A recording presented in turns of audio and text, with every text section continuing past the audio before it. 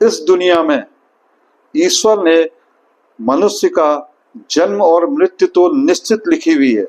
परंतु इसके बीच में 100 साल शानदार जीवन जीने के लिए दिए हैं और इसके साथ एक भाग्य और किस्मत दिया है जिसका निर्माता उसे स्वयं बनाया हुआ है। परंतु अधिकतर लोग इस पृथ्वी पर यह मानते हैं कि मेरी किस्मत या भाग्य का निर्माता तो विधाता ही है, और इसी सीमित सोच, पुरानी सोच तथा औसत दर्जे की संगत के साथ पूरा जीवन निर्वाह करते हैं और एक अभावग्रस्त, कुपोषित, कमजोर और औसत दर्जे का जीवन यापन करते हुए जीवन भर जीते हैं और अंत में कहते हैं कि भगवान ने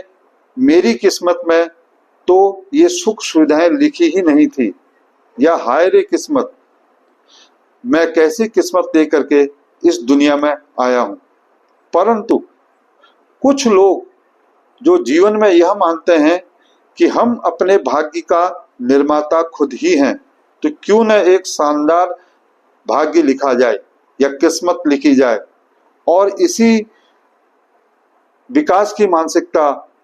खुली सोच तथा सफल लोगों की संगत के साथ रहते रहते एक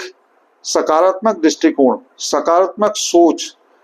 आत्मविश्वास से पूर्ण, आत्म जागरूकता से पूर्ण होकर सकारात्मक मानसिकता के साथ एक बेहतरीन, शानदार,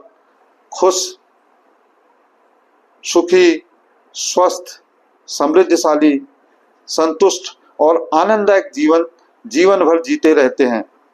और इस सदा प्रतिदिन ईश्वर का धन्यवाद अदा करते हैं कि ईश्वर, आपने मुझे इस जीवन में बहुत कुछ दिया हुआ है, इसके लिए आपका कोटि कोटि बार धन्यवाद, और सदा मेरे ऊपर कृपा बनाए रखिए।